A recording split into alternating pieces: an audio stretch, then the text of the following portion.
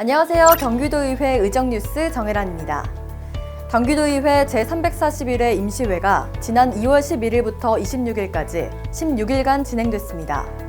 2월 11일에 열린 1차 본회의에서는 2020년 도정과 교육행정 업무보고의 건을 비롯해 총 4개의 안건을 의결했습니다.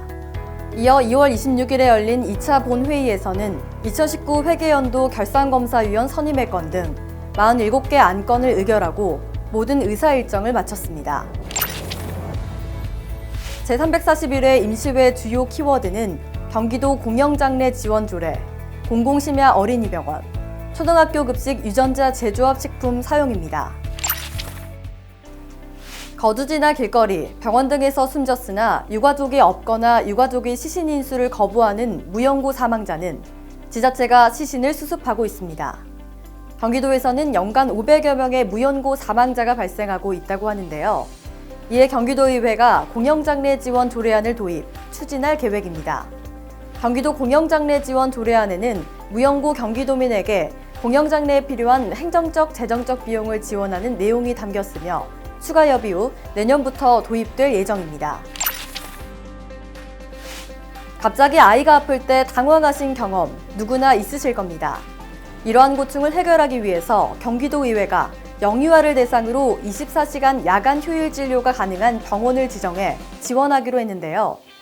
지난 2014년부터 평택, 용인, 시흥과 고양에서는 심야와 휴일에도 진료가 가능한 달빛 어린이병원을 지정해 운영하고 있지만 자정까지만 운영된다는 한계점이 있었습니다. 이번 24시간 경기도형 달빛 어린이병원 운영에 대한 조례가 통과되면서 더 많은 이들에게 보탬이 되었으면 하는 바람입니다. 안전한 먹거리에 대한 관심이 높아지고 있는 가운데 경기도의회가 초등급식 GMO 조례 일부 개정안을 내놓고 급식 재료 구매 시 안전한 식재료를 사용할 근거를 마련했습니다. 이번 개정안에 따르면 학교 현장에서 GMO 제품을 거의 사용하지 않는 현실을 고려해 경기도 의회로의 보고 절차를 폐지하고 식품 사용 기준은 식약처 등 관련 부처에서 정한 기준을 각 교육지원청과 학교에 안내하도록 하여 조례의 실효성을 높였습니다. 또한 유전자 변형식품의 영양과 사례교육에 영양사와 영양교사까지 포함하도록 했습니다. 다음은 현장 취재입니다. 경기도의회 제341회 임시회가 지난 2월 11일부터 26일까지 16일간 진행됐습니다. 이번 임시회는 코로나 바이러스 감염증 19 발생에 따른 확산을 대비하고 도민의 안전을 위해 의사 일정 변경을 비롯해 경기도의회가 별도의 대책본부를 마련해 운영했습니다. 지난 2월 11일 열린 제341회 임시회 개회식. 코로나19 바이러스 확산 방지와 경기도민의 민생 안정을 위해 모인 경기도의회 의원들은 도민을 위해 노력하는 경기도 관계공무원의 노력을 높이 사면서도 더욱더 세심하고 신중한 자세로 도민을 위한 행정을 펼칠 것을 당부했습니다. 이번 신종 코로나 사태는 정부에서 신속하게 대응하고 지방정부와의 공조도 원활합니다. 국민 저마다 엄중한 상황을 인식하고 잘 대처해 나가고 있다고 판단됩니다. 이에 따라 경기도의회는 당초 4회였던 제341회 본회의 의사 일정을 2회로 단축하고 코로나 감염증 확산 방지와 예방에 총력을 집중했습니다. 또한 집행부가 코로나 바이러스 방역에 집중할 수 있도록 이번 회기에 예정된 대집행부 질문을 다음 회기로 연기했습니다. 올해 도정과 교육행정에 관한 질문 일정은 4월 임시회로 연기됐으며 경기도지사와 경기도교육감의 업무보고는 예정대로 진행됐습니다. 또한 상임위별 업무보고는 탄력적으로 운영하되 각 소관기관의 감염증 대책에 대한 현안을 중심으로 논의하는 것으로 변경했습니다. 한편 경기도의회는 지난 1월 30일 송환준 의장을 주재로 코로나19 긴급 간담회를 열고 교섭단체와 비교섭단체 의원 15명, 의장단, 의회 사무처 직원으로 구성된 비상대책본부를 긴급 출범해 운영 중인데요.